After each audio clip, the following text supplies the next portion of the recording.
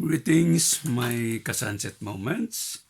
Andito po tayo ulit into this new episode ng ating sunset moments.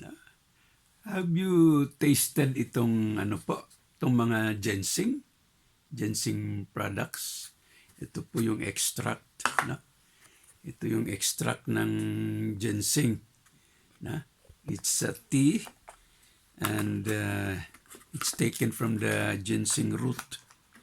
Medyo may kamahalan din ito. Pero ito ngayon ang ginagamit-gamit ko instead of taking coffee. Iniiwasan na natin yung coffee. And we have this, as a little spoon or a very tiny scoop, no? Para sa pagkuha ng ating extract, na? And then I just take it into this mug dito. Nano ko rito yung extract and ito na ngayon ang hot drink ko. Either mga 10 o'clock in the morning or ganitong snack time dito sa middle afternoon, after lunch. Siguro makita nyo rin yung bagong calendar dyan,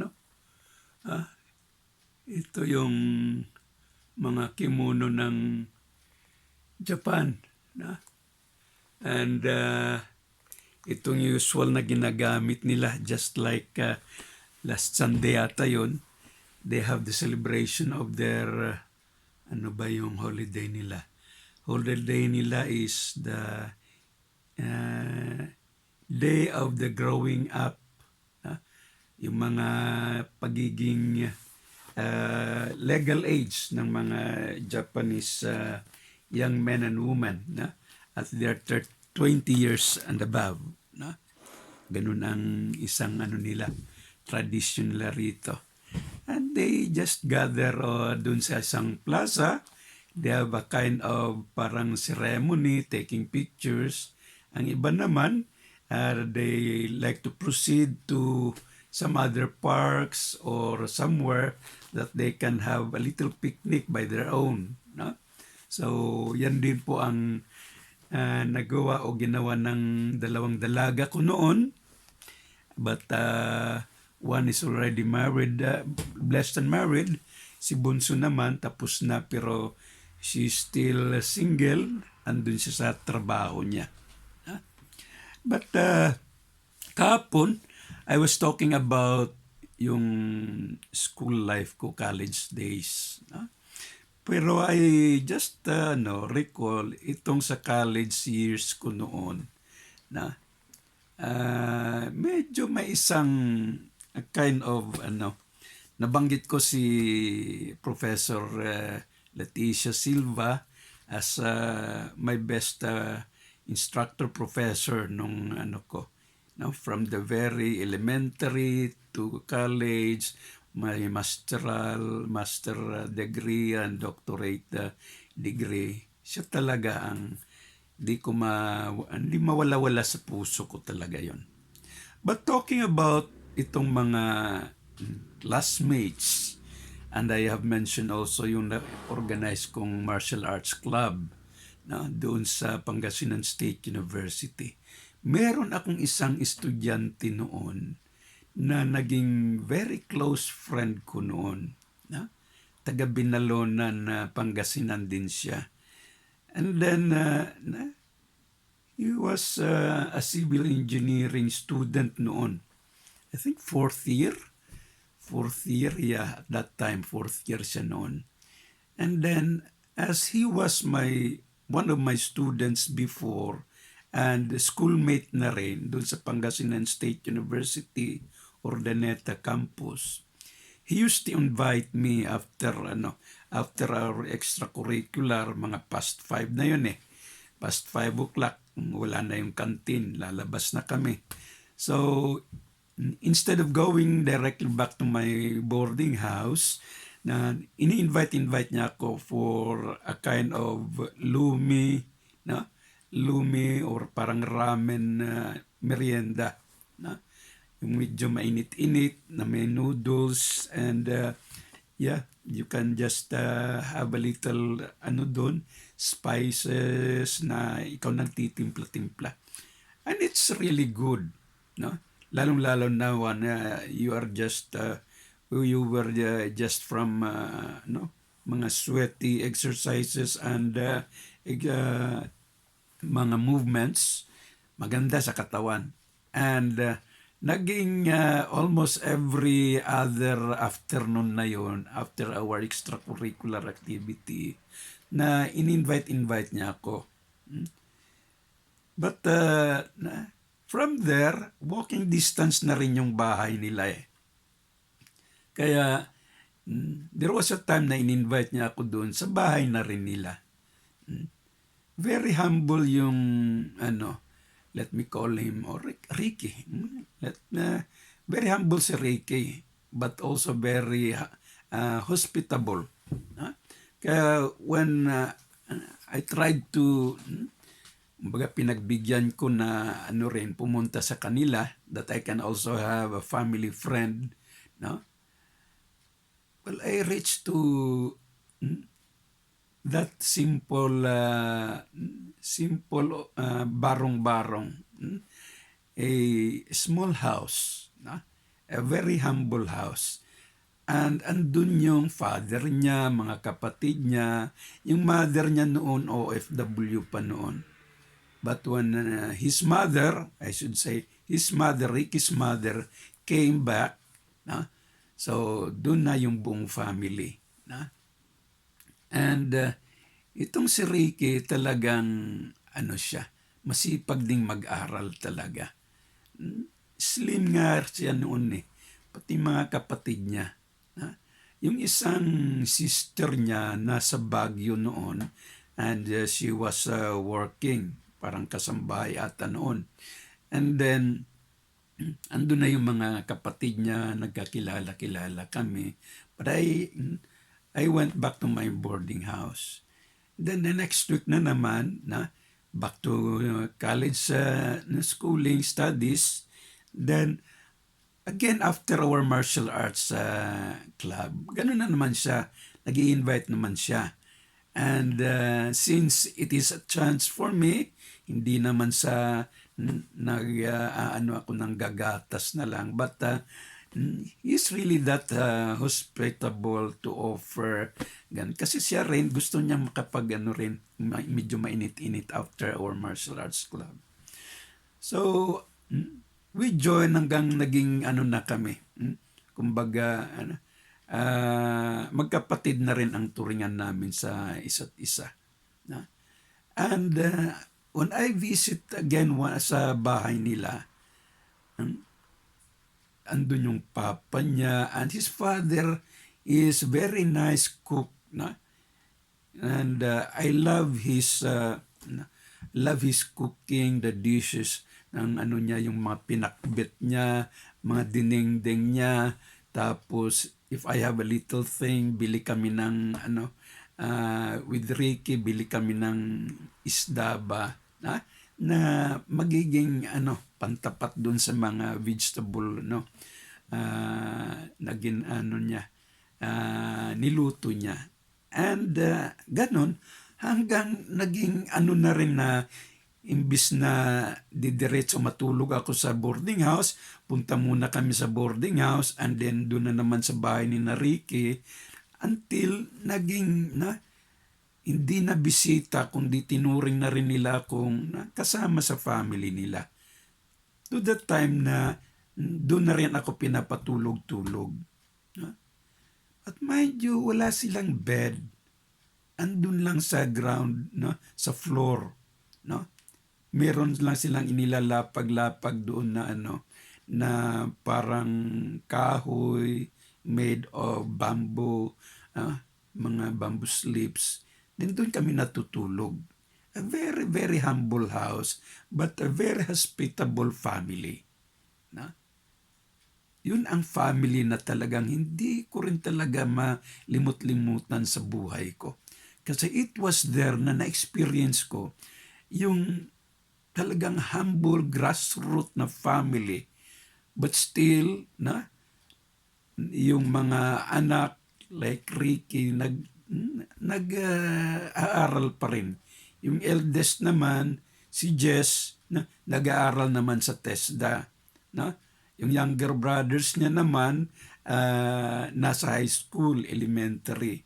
Yung sister niya andun nga nagtatrabaho sa Baguio noon. And we were very very close until nung nag-graduate ako. And then nakapag-turo na ako and I was hired for my application for teaching doon sa Pangasinan State University was approved, no? Doon na rin ako sa Pangasinan, sa Binalonan na rin, kinariki na rin ako, tumutuloy. Pero as I had already my job teaching, nagkaroon ako ng mga monthly salaries noon, inipon-ipon ko rin noon, and one time, inano ko na si Ricky. Sabi ko, Rick, huwag mo sabihin sa papa mo, bili tayo ng mga materials para ma-renovate natin yung bahay. And medyo hesitant si Ricky noon eh. Siguro medyo nahiya-hiya siya, pero sabi ko, no Rick, no. Ito lang pagkakataon kasi nagsusweldo rin naman ako. Then let's try to renovate the simple house. So Rick and I tried to purchase mga simple materials din, plywood, yung pang roofing, mga kung ano-anong dos-por-dos doon, mga pako, things that we need, simento. Just a little thing to also somehow, medyo ma-customize yung nila, yung simple house nila doon. And nakita ko, papang na rin ang tawag ko sa father ni Ricky. Umiyak si papang noon. Dahil sa na-surprise nga siya andun. But Ricky's father is also a carpenter.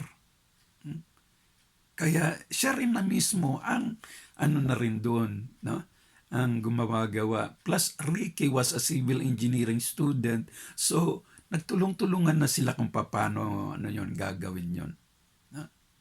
And to cut the story short, naging maayos naman.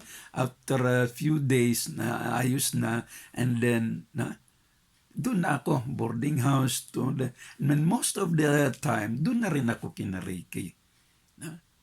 And then, pag may sweldo, ayun na mamalingki na rin ako. And then, kasama si Ricky, si Papang naman ang nagluluto-luto ng mga Ilocano foods, dish. Kaya, naging very close kami. And pag Sundays, naiambag-ambag ko na yung mga pastoral leo missionary works ko. Kaya nag-ano na kami ng parang Bible studies, and then nagsisermon ako, mga guidance and counseling or family counseling. Doon na medyo nag-umpisa na yun yung tinatawag naming home church. Meaning, ikaw na pumunta sa bahay, ikaw na nandun sa bahay, dun mo na gagawin yung mga spiritual activities or religious activities. Kahit wala kayo sa church, dun na kayo ipon-tipon na kayo, evening prayer ba kayo, may sharing, kung ano yung mga magandang nangyari mo sa araw na yan. And it was so good. Until nag-5th year si Ricky, graduating siya noon sa civil engineering. Ito po, Ginseng Tea. Graduating pa lang siya. And then comes the time na nakuha ko yung permiso kay biological father ko, kay Papang Medring, na doon sa Bawang La Union, adjacent province ng Pangasinan, may lupa si Papang Medring noon na mga almost 400 square meters. Doon ko gustong na rin ng bahay. yung sarili kong family na once na magkaroon ako ng asawa, doon na kami titira. And yung bahay na yun ang first na design ni Ricky as civil engineering student. Pero graduating na siya noon. Kumbaga, civil engineer na wala pang license na rin siya noon. And it was so good. And you know what? Yung papa ni Ricky ang naging foreman sa pag-construct ng bahay.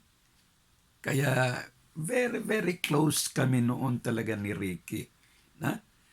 Si Ricky, si Jess, si Manny, si Lord, yung namayapa na yung sister niya. And pati yung papa ni Ricky namayapa na rin few years ago. Pero si Mamang naman, si Mother Betty, Mamang Betty, buhay naman nandun siya sa, saan ba yun? Santa Maria, Pangasinan, together with si Bunso, si Lord, Grabe mga pangalan nila, Jesus, Ricky, Emmanuel, Lord, at saka si Esther, yung sister niya si Esther.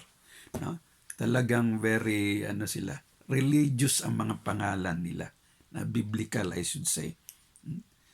Kaya, ito ngayon during my college days, itong family na ito, ang talagang, hindi ko sila biological, relatives, pero dito ako talaga nagkaroon ng unforgettable na experience sa family life ng hindi ko kaano-ano, basta naging kaibigan ko and I cannot forget them. Nag-asawa na rin si Ricky. Then, may anak na siya. As of this time, andun na sila sa Dubai. Nagtatrabaho. Dubai ba yun? Saudi Arabia. Saudi Arabia. I cannot... Saudi Arabia. And doon na rin sila na naninirahan. Kumbaga, nag-migrate na rin si Ricky doon. Pati yung ibang kapatid niya, si Jess, si Manny, doon na rin nagtatrabaho. And then, yung lumaki na niyang anak, si Kenneth, doon na rin nagtatrabaho. Plus, doon na rin nagpakasal, doon na rin nanirahan. Kaya, halos lahat ng mga Bayuga clans andun na sa Middle East. Ang naiwan sa Philippines sa Pangasinan, si Mamang Betty at saka si Bunso. But I have heard na nag-retire na ata si Jess, pero andun na siya sa Metro Manila. So, that was it. I really love the Bayuga family and I cannot forget them. So, during my third year, fourth year sa BS Mathematics there sa Pangasinan State University, Urdaneta Campus, nag-boarding house man ako, naging man ako, hindi na bisita Part of the family na rin ang turing ng mga Bayuga family sa akin. Kaya nung nag-graduate ako, andun sila. Of course, in-invite ko yung parents ko. And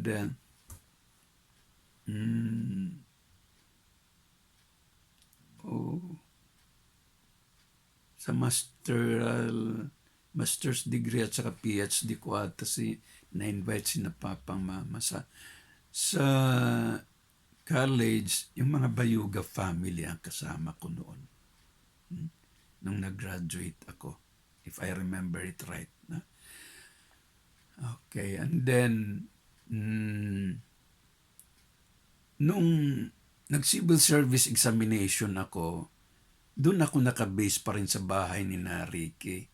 So I went to Lingayen, Pangasinan, and then took the examination, and balik ako sa bahay ni Ricky until nung makuha ko yung result ng civil service. pumasa pa naman ako, then we tried to have a little celebration noon nung pagkapasa ko ng eligibility ko kasi yun for my employment sa gobyerno, no? Kahit nasa private schools, yun na ang pinaka-professional license ko noon, no? And then nung nagma-master's degree ako, nagtuturo na ako noon sa PSU Bayambang, no? A branch ng Pangasinan State University, na isang taon akong nagtuturo doon, pero ang uwi ko talaga doon pa rin kina Ricky. And I acquired a two-wheel second-hand car, no? Doon na kami nagtuturo-turuan na kami hanggang Pangasinan na Bayambang Pangasinan, back to Binalonan Pangasinan. Ganun na ang ruta ko noon. And then doon na rin ako natutulog sa bahay ni Ricky. Doon sa PSU Bayambang Campus, nag-organize rin ako ng martial arts organization doon. And then, nakakatawa pa na kinuha ako ng ROTC core nila doon na maging advisor. Hindi ko matanggi-tanggihan kasi ang isang nakita nila, I'm a martial artist, black belt, and then ang tinuturuan ko rin estudyante doon mga ROTC officers. Kaya ako ang pinili nila maging advisor. Kaya pag may mga sila, mga events na sila doon, andun ako, invited na ako together with yung mga Philippine Army officers, na ako ang andun, and yung din andun din, no? Pero may time din talaga na ako na rin ang nagbibigay ng congratulatory message. Kaya parang nahiya ako ba kasi first time kong humarap sa parang academic program na ako ang naging speaker doon. But I was so happy. Marami ako mga estudyante noon. Na ngayon, mga profession na rin. May isang principal na Doctor of Philosophy or Doctor of Education na rin. Merong isa doon na si Abdul na naging colonel na rin sa Philippine Army, pero nag-retired na rin siya. And then few more. Pero ito ng si Ricky Bayugas family, silang talagang hindi ko talaga, I cannot forget them. Nung namatay nga rin yung si Papang Bayuga, talagang umuwi rin ako from, saan ba ako noon? From Japan or La Union. I tried to visit him. Pero hindi ko kayang tumagal doon kasi ayokong ipakita na mag-imo-imo doon. Kaya I tried just to customize, control myself. Pero andun si Mama Betty, si Ricky doon, and doon na lang kami sa labas kwentuhan. But talagang nagpaalam rin agad-agad na ako kasi I don't like na parang hahagulhul ako doon. But truly, it's because of the closeness namin ng mga Bayuga family and myself. Yun ang isang hindi ko malimot-limutan. Hanggang nung nagkaasawa na nga rin ako kay Chimmy, na bumisita rin kami sa bahay ni Ricky noon. So, my wife and I met the Bayuga family. And ganun na, nasa Saudi Arabia ang mga Bayuga, si Mother Betty at saka si Lord andun pa rin sa Pangasinan, while Jimmy and I and my family are here in Japan. So, through online, we still try to communicate with or among each other. May group chat din kami. And I really admire our friendly, familial relationship. And hope the Bayuga clans are doing fine, are in their good health. Si Mother Betty na talagang pure silver hair na siya na. I hope she's doing fine. Yung mga apo niya, meron na rin siyang apo sa tuhod, and I hope they're doing good. Si Ricky, si Mitch, si Kenneth, and iba pa niyang mga anak nila doon. Yung mga anak din ni Lord nasa Pangasinan, sa Singan, and all others. I really miss you a lot. No? So thank you very much. Ito lang yung isang sharing ko as part of my college life. No? Thank you so much. I hope sharing lang ito, kwentuhan lang ito. And ito lang gusto kong ma-share sa inyo as part of my life. Inom po tayo. Sa ginseng tea. Maraming salamat po, mga lods.